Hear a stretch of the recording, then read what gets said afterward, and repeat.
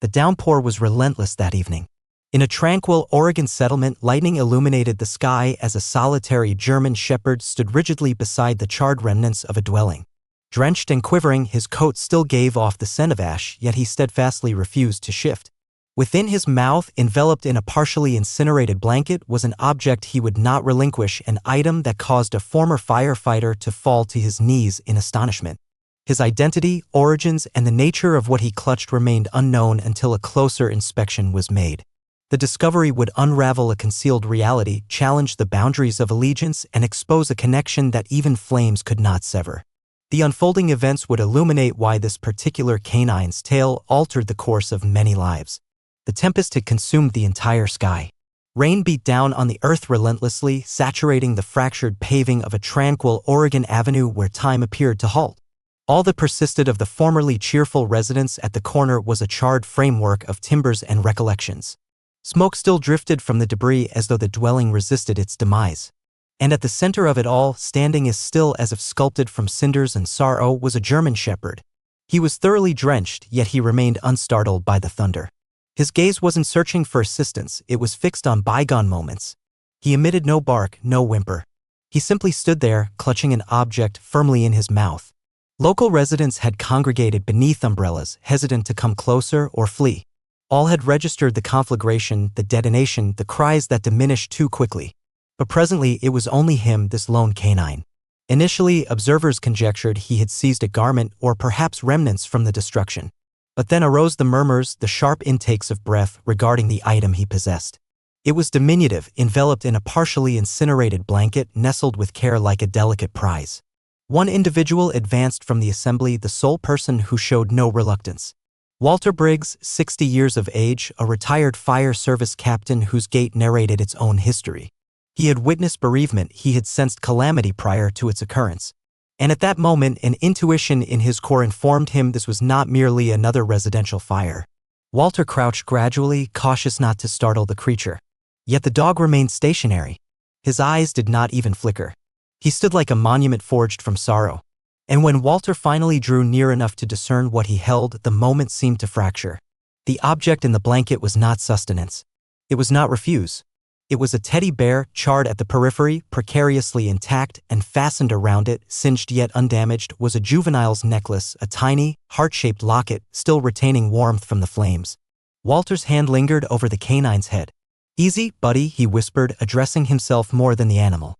And that is when he realized this was not simply an animal protecting a plaything. This was a guardian unwilling to release a fragment of a departed individual. The locket, the manner of its wrapping, it was not haphazard, it was intentional.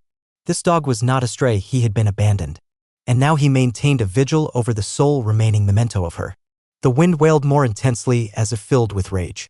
The reality had been revealed. The onlookers had become silent.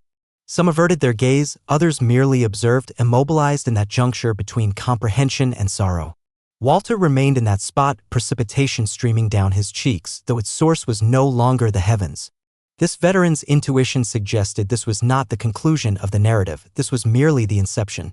And what this dog was safeguarding was not merely a recollection, it was a communication, an enigma, and perhaps, just perhaps, an opportunity for renewal. 2 days prior, the residence pulsed with life, not merely existing. Windows were ajar, gentle melodies drifting outward. The fragrance of a sweet confection baking in the kitchen. A young girl with unruly brunette ringlets named Lily capered shoeless through the corridor, pulling a worn plush bear after her as if it were nobility. And directly in her wake, his tail oscillating like a joyful pendulum, trotted a devoted companion, her German shepherd named Shadow. He was not solely the household canine, he was her taciturn confidant, her nocturnal protector, her animate plush companion equipped with teeth. He hearkened when no other did, remained proximate when she wept, and sat vigilantly each night by her portal as though seemingly commissioned by fate itself for her safeguarding. And in his own unassuming manner, he trusted in his ability to do so. Lily's parents, Mark and Eliza, were decent individuals. Facing hardships, certainly, yet kind-hearted. This was evident in their consistent parting words of "I love you" upon exiting a space. But at times, affection alone cannot always maintain cohesion. Debts were accumulating. The furnace had been malfunctioning for several weeks, and none of them detected the subtle odor of gas seeping through fissures in the cellar until the evening everything disintegrated. It commenced with a sibilant sound elusive as a barely audible murmur. Then followed the detonation and eruption of brilliance, a conflagration of warmth that consumed the very atmosphere. The flames spread rapidly with alarming speed. Shadow vocalized in alarm, leaping towards Lily's arm, attempting to draw her clear. Eliza cried out for them from the corridor.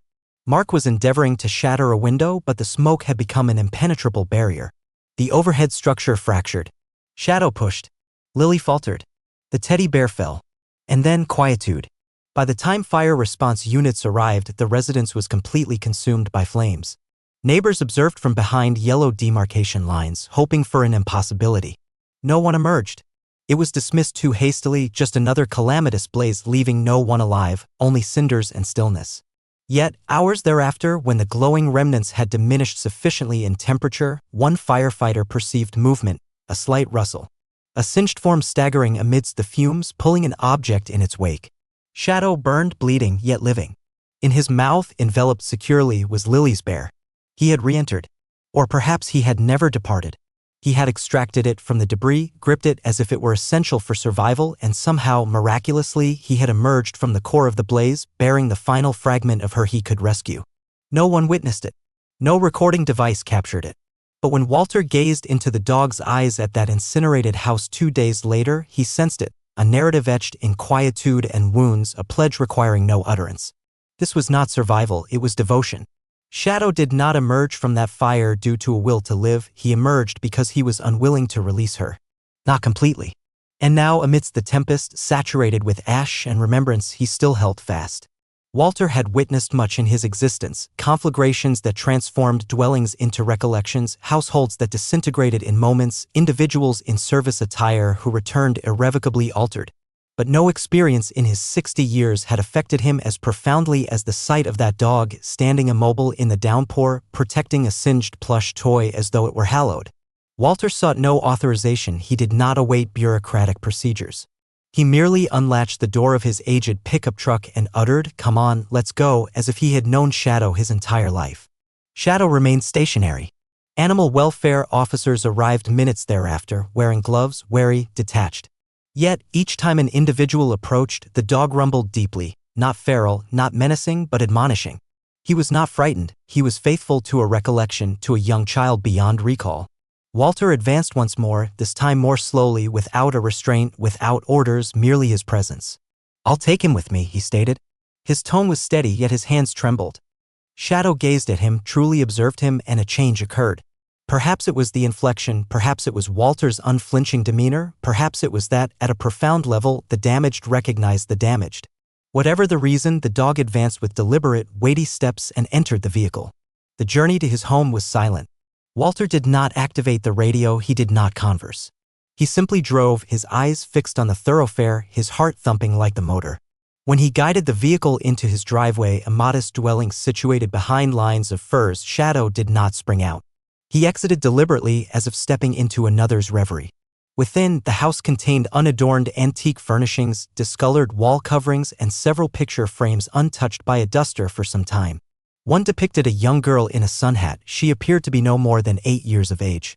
That was Emily, Walter's daughter, the child he never mentioned, the one society was deprived of before truly knowing her.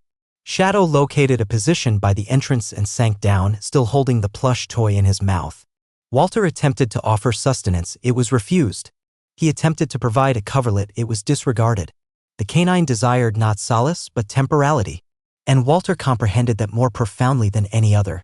He had spent 20 years feigning that his anguish did not clamor in the darkness. That evening, Walter poured a glass of water for himself and sat opposite the dog. Neither uttered a word, yet an unspoken understanding formed between them, a pact. Sorrow would reside in this place, certainly, yet it would no longer do so in solitude. Just prior to midnight, Walter detected a scraping sound, gentle, urgent. Shadow was clawing at the edge of the covering wrapped around the bear. Walter leaned closer, carefully lifted a charred flap, and became motionless. Concealed within was a fragment of paper, its borders scorched, almost illegible, yet the penmanship, diminutive, rounded, artless, was Lily's. And inscribed across the center in unsteady, juvenile lettering were words with profound implications. "If I don't make it out," Walter let the blanket fall. His heart rate surged. This was not merely a dog clinging to sorrow, this dog had been harboring a confidence, something for which no one was prepared. Walter stared at the message as if it possessed menace. The words were erratic, irregular, inscribed in alarm, yet with intent. The message read, "If I don't make it out, tell Shadow I love him. He's my hero." A single statement composed of 7 words. Yet they struck with greater force than any outcry. He reread them as though they might alter, as if, perhaps this time, the leaf would conclude with the words, "I'm all right."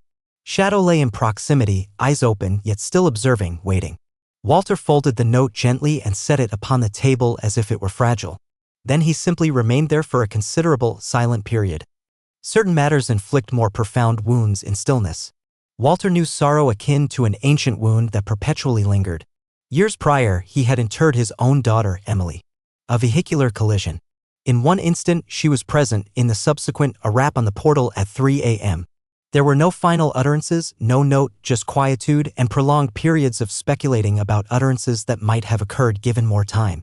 And now here it was, a juvenile's ultimate communication to a canine, not her progenitors, not society, but to the animal itself. That caliber of affection did not materialize in a single day. It was acquired, safeguarded, constructed through confidence and duration, and instances too minor for recollection yet too significant to disregard. It signified this was not merely a fire, not just survival. An element was absent, an anomaly existed. The formal account was concise, an electrical problem, aged wiring, a probable gas escape. Yet the message rendered it seemingly deficient, overly simplistic, excessively opportune. So Walter contacted an individual he had not communicated with in a decade, Frank Delaney, retired police officer, previously with the arson division, traditional, intelligent, and sufficiently inquisitive to pose a threat. Frank acted promptly. "You're asserting a child penned a note before perishing in a fire, and no one considered probing further?" Walter spoke quietly. No one had even perused it.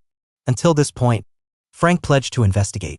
Meanwhile, Shadow had shifted not towards Walter but in the direction of the fireplace. He sniffed, rumbled softly, then sat facing it as if gazing into the fire. He retained memories of that evening. Rest proved elusive.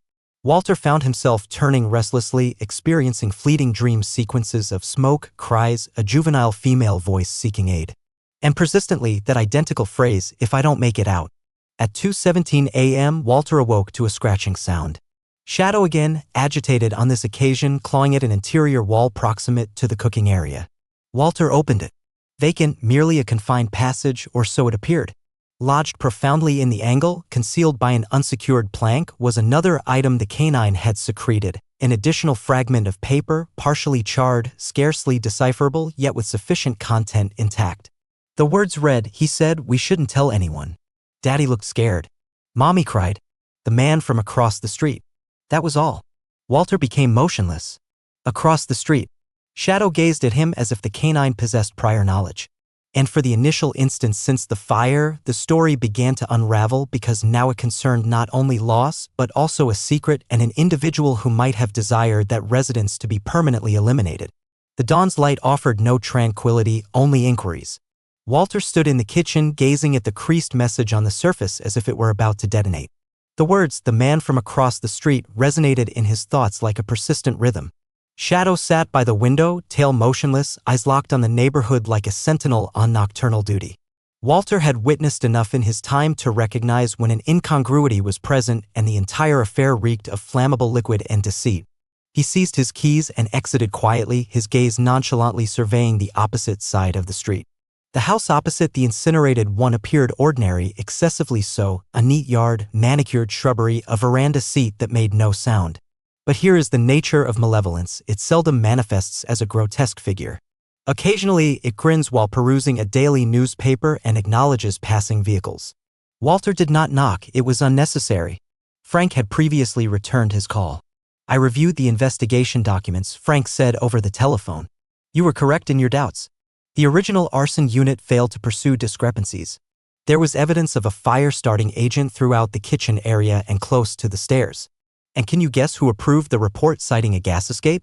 Walter uttered nothing. "Doug Harper," Frank continued. "The building inspector resides, prepare yourself, across the street." That was the impetus Walter required. But the complexity of the situation escalated rapidly. Frank forwarded surveillance video from a proximate fuel station, marked with a time 30 minutes prior to the blaze. And there, clearly visible, was Harper replenishing a crimson plastic container and placing it in the rear of a dark-colored truck. This act alone was not unlawful, yet when combined with the message and the official account, it depicted a scenario steeped in flammable liquid. Walter printed the photograph and attached it to the refrigerator. Shadow, seated near the sofa, emitted a subdued rumble as though he comprehended. Perhaps he truly did. Certain creatures possess an enduring memory for countenances. But it was no longer mere conjecture, it constituted a significant clue. And then arrived the evening that altered the course of events. Shadow became agitated, moving back and forth, whining at the rear entrance, and then emitting a howl, unlike the vocalizations heard in media portrayals. This was primal, acute, a lament from bygone days. Walter opened the door, and before he could respond, Shadow dashed towards the forested area to the rear of the land.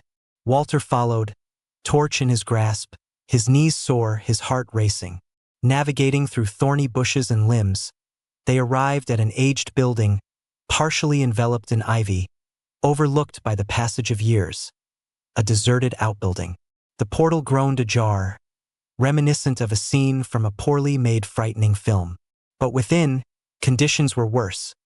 Cloth remnants marked by flames, fused synthetic materials, fragmented segments of what appeared to be juvenile artwork. One corner bore Lily's name hastily written in colored wax. A feeling of nausea overcame Walter. Then he perceived it, a partially fused fuel container. And just as he reached for it, Shadow rumbled. Not towards the container, but at the woods in their rear. Footfalls, swift, indistinct, retreating. They were not by themselves. Walter refrained from pursuit. It was unnecessary. He had witnessed sufficient evidence.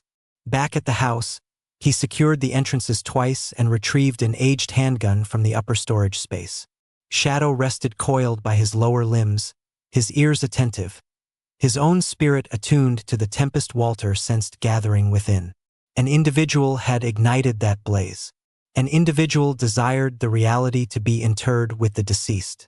But they had not anticipated a canine extracting it through cinders and precipitation. There is a type of stillness that fails to comfort. It rather cautions. The atmosphere within Walter's residence bore it like an electrical charge. He sat by the window, the handgun resting on his thighs, not from a desire to employ it, but due to an intuition that he might be compelled to. Shadow lay near the door, head resting on his forelimbs, eyelids partially lowered, yet vigilant under a composed exterior. The outbuilding had verified it. This was not accidental. An individual had ensured the occurrence of that blaze. And now that this person was aware of their exposure, Walter examined the surveillance devices. No activity thus far. Yet this offered no solace. It merely signified the tempest had not yet arrived. Not imminently. The outbuilding, the fuel container, the juvenile artwork, it was all excessively evident. An individual was eliminating evidence. And if Walter failed to proceed swiftly, their next target would be the canine. Shadow was more than an observer. He was the element whose survival was unforeseen. Frank called again. "They are impeding the investigation," he stated without emotion. "I submitted the video, the container images, even the message. They deemed it non-definitive. Is that credible? You possess a canine that genuinely pulled the reality through the conflagration, and they label it as indirect evidence." Walter tightened his mandible. "In that case, we operate beyond established channels." "Are you certain?" "I am certain." He concluded the conversation and faced Shadow. "You preserved her recollection. Now I will safeguard yours." But Shadow's composure had vanished. The canine tensed, his nostrils flaring, ears flicking rapidly. He darted from his position and commenced vocalizing at the corridor partition. A deep, intense, and purposeful sound. Not alarm, but an alert. Walter hurried to the location, his pulse accelerating, and activated the illumination. No visible cause, until the movement detector signaled. Rear entrance. 3:12 in the morning. Walter accessed the real-time video on his portable computer. A shadowy, cloaked individual progressing slowly, systematically. Not a burglar, not an inebriate, but someone with a purpose, seeking an item or a person. Shadow vocalized more intensely. Walter murmured, Not at this moment, fellow, as he closed the display and silently navigated the dwelling. A surge of energy burned within him. The canine trailed him like his own silhouette, each footfall matched, each respiration in unison. They were two spirits fashioned from identical damaged material, neither seeking confrontation, yet both prepared for it. Suddenly, the veranda illumination wavered, extinguished, then reactivated. Whoever it was, they were attempting to intimidate him. They had chosen the incorrect residence. Walter erupted from the main entrance, a torch in one grasp and emitting a loud exclamation. But no one was there, not any longer, just recent impressions in the soft earth, leading directly to the opposite side of the road, towards Harper's dwelling. Walter traced their path with his gaze, then glanced down at Shadow. "We are not deranged," he mumbled. "They merely perceive us as such." Returning indoors, Walter drew a profound inhalation and reopened the file. Investigation records, images, the plush toy, the pendant, Lily's script. Collectively, it formed a depiction, yet an element remained absent. An impetus, a justification. And then he recalled an utterance from Harper several months prior at a local council gathering. A casual remark concerning that residence gaining increased worth upon its removal. Then, it garnered no attention, but presently, it resonated like an admission of guilt. Shadow reclined once more, agitated and whined. A gentle, sorrowful noise reminiscent of a juvenile's weeping in obscurity. Walter rested his hand on the canine's spine. "Persevere, fellow. We are nearing the truth." The following dawn arrived devoid of brilliance, merely a pallid, hesitant sun concealed by overcast skies, as if the heavens themselves were too mortified to observe the impending events. Walter found no slumber. He remained seated throughout the night, his hand upon Shadow's spine, the handgun on the surface, documents arranged like a jigsaw steeped in flammable liquid. His quest was no longer for retribution. He pursued reality, and Shadow had guided him directly to its source. Across the street, Harper's residence appeared as a testament to feigned conventionality. But beyond that manicured yard and letterbox adorned with a cheerful banner, decay festered, and Walter's patience had expired. The moment had arrived for inquiries to yield repercussions. Walter secured his footwear. Shadow trailed him silently. They walked across the street, not as man and canine, but as a pair of survivors united by conflagration, sorrow, and the singular name unuttered by others for several weeks. Lily. Walter rapped on the door. Harper responded, his countenance betraying an excessive effort at nonchalance. His gaze darted initially to the canine, then to the handgun secured at Walter's waist. "A conversation is necessary," Walter stated. Harper's grin faltered. "This isn't an opportune moment. This is the sole moment available to you." Inside, the atmosphere was musty with the aroma of coffee and inexpensive falsehoods. Walter did not sit. Shadow remained stationary at his position by the entrance, his gaze fixed on Harper as if discerning his very essence. Walter set an image on the surface. Lily's plush toy, singed yet clutched like a precious metal in Shadow's mouth. "You were present that evening." Harper chuckled with undue haste. "You are deranged, elderly fellow." Walter presented the subsequent image. Harper at the fuel station, bearing a time mark, irrefutable. Refrain from refuting it. The quietude was dense enough to stifle. Harper's countenance fell, divested of the complacent facade he habitually displayed. His tone fractured. "I did not intend for events to unfold in that manner." A feeling of revulsion overcame Walter. "You ignited the flame. They were meant to have departed," Harper exclaimed. "The household was delinquent in all respects. The patriarch was indebted to me. He pledged their departure by that week's end. I intended to accelerate the process. No fatalities were anticipated." Walter remained steadfast. "Yet they perished." "So what?" Harper retorted sharply. "Do you imagine anyone will heed a superannuated fireman and a canine?" At that moment, Shadow stirred.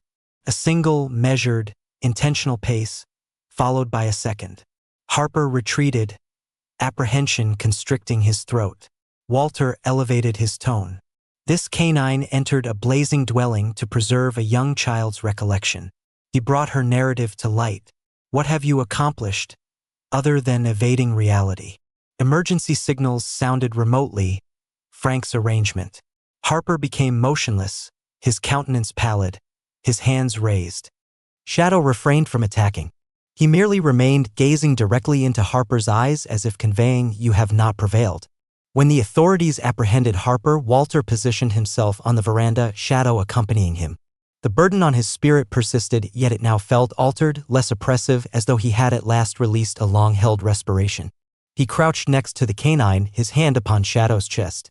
"You accomplished more than mere survival, fellow," he murmured. "You returned her to us." 3 weeks thereafter, the world appeared altered, not due to any transformation in itself, but because Walter at last possessed the fortitude to observe it anew. The veranda was mended, the surveillance devices removed, the handgun secured.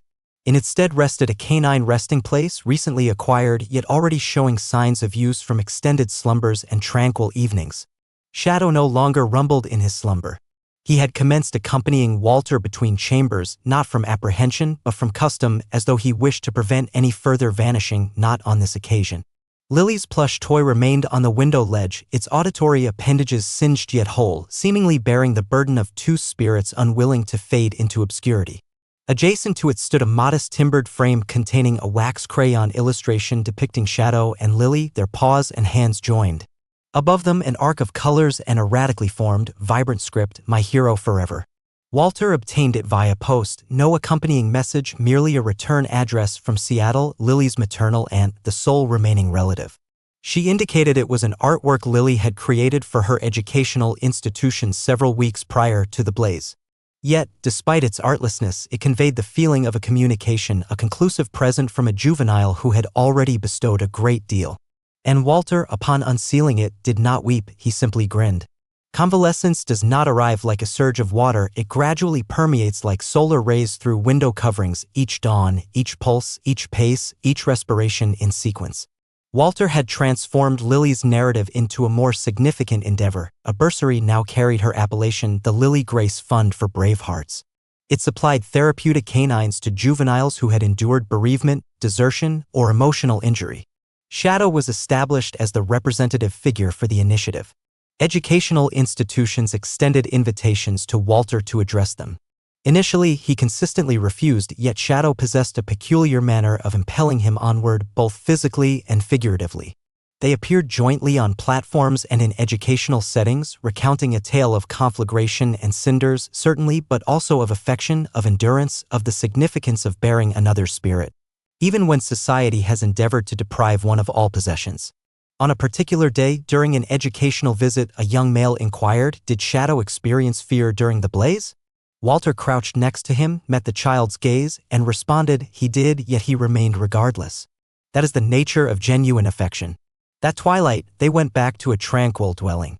Walter prepared a meal for them both, beef for Shadow, broth for himself. Shadow settled by the hearth, exhaling as if at last convinced that disturbing dreams might not recur that evening. Prior to retiring for the night, Walter positioned himself at the table for a concluding duty, a missive to Emily, commencing unpretentiously. "I have at last encountered an individual who understands how to persevere when circumstances become challenging." He did not complete it. It was unnecessary that evening as the breeze stirred the foliage outdoors. Shadow ascended onto the bed and placed his head upon Walter's torso. No clap of thunder, no emergency signals, no apprehension. Only the cadence of an elderly man's respiration and the pulse of a canine who had previously emerged from a conflagration for an individual he cherished. He had now discovered someone who reciprocated that affection.